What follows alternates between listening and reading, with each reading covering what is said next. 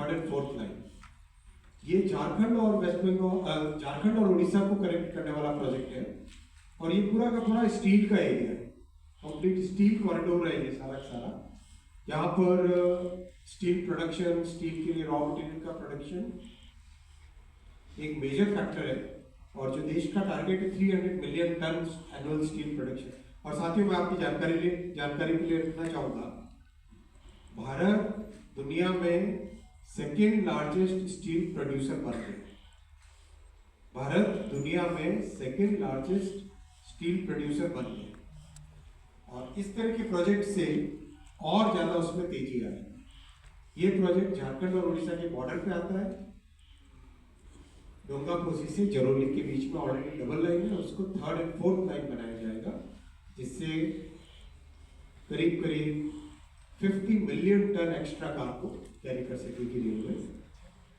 3.85 crore litre diesel बचेगा और again very complex project. 10 major bridges है इसमें, 196 माइनर ब्रिजेस हैं, 8 फ्लाईओवर्स है, 4 अंडरपासेस है, 2 rail over rail flyovers, rail flyover कहना चाहिए। 170 crore kilogram of carbon dioxide बचेगी,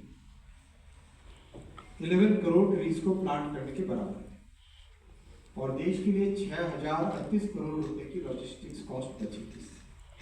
6038 करोड़ रुपीस की लॉजिस्टिक्स कॉस्ट बचेगी। ये ओवरऑल कंप्लीट ये वाला ऊपर जो देखते हो आप टाटा नगर देख रहे हैं, जमशेदपुर है वो और नीचे कलिंगा नगर है और ये सारा का सारा एरिया स्टील का बड़ा एक हब है जो कि ईस्ट कोस्ट के पोर्ट से उनको कनेक्टिविटी देता है और ऊपर जितना भी स्टील से रिलेटेड सेक्टर्स है उनको कनेक्टिविटी देता है। साथियों, एफिशिएंट लॉजिस्टिक्स और देश के इंफ्रास्ट्रक्चर में, ट्रांसपोर्टेशन इंफ्रास्ट्रक्चर में इन्वेस्टमेंट देश की लॉन्ग टर्म ग्रोथ के लिए बहुत ज़रूरी है।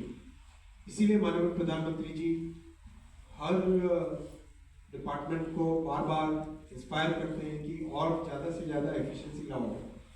तो उसमें अब तक ट्रांसपोर्टेशन सेक्टर में चाहे airport, port, highway, railway, metro, electric vehicles और रोपवेज, इस ऐतिहासिक तीसरी टर्म में 4,74,000 करोड़ रुपए के ट्रांसपोर्टेशन प्रोजेक्ट सैंक्शन हुए और ये मिडिल क्लासेस के लिए बहुत बड़ा बूम रहता है, सबको बेनिफिट मिलता है इसका, लोअर कॉस्ट से और बेटर मोबिलिटी से।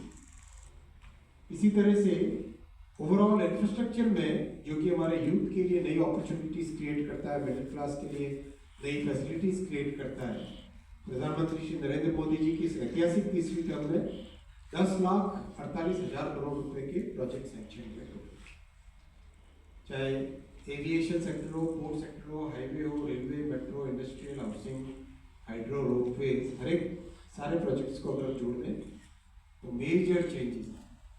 और किसानों के लिए तो जिस तरह से प्रधानमंत्री जी ने एक बड़ा कमिटमेंट दिखाया है, एक के बाद एक कैबिनेट में आप देख रहे हैं कि फैसले होते हैं, जो कि ये सारी लिस्ट लंबी लिस्ट है, ये 15 से 28 आइटम्स, ये 29 से 37 आइटम्स और टोटल 9 लाख करोड़ रुपए से ज़्यादा के प्रोजेक्ट्स अब तक सैंक्शन हुए, प्रोग्राम्स अब तक सैंक्शन हुए। मैं क्विकली अगर पढ़ूंगा, खरीफ क्रॉप्स के लिए एमएसपी देना, क्लीन प्लांट प्रोग्राम बनाना हॉर्टिकल्चर के लिए, एग्रीकल्चर इंफ्रास्ट्रक्चर फंड को एक्सपैंड करना, पीएम जीवन योजना जिससे कि बायोफ्यूल प्रोजेक्ट्स को प्रमोशन हो, बायो E3 जिसमें कि बायोटेक का उपयोग करें, डिजिटल एग्रीकल्चर मिशन, फूड और न्यूट्रिशनल सिक्योरिटी के लिए क्रॉप साइंसेस पे ध्यान देना, एग्रीकल्चर एजुकेशन एंड मैनेजमेंट को स्ट्रेंथन करना, life stock health and production को बढ़ाना,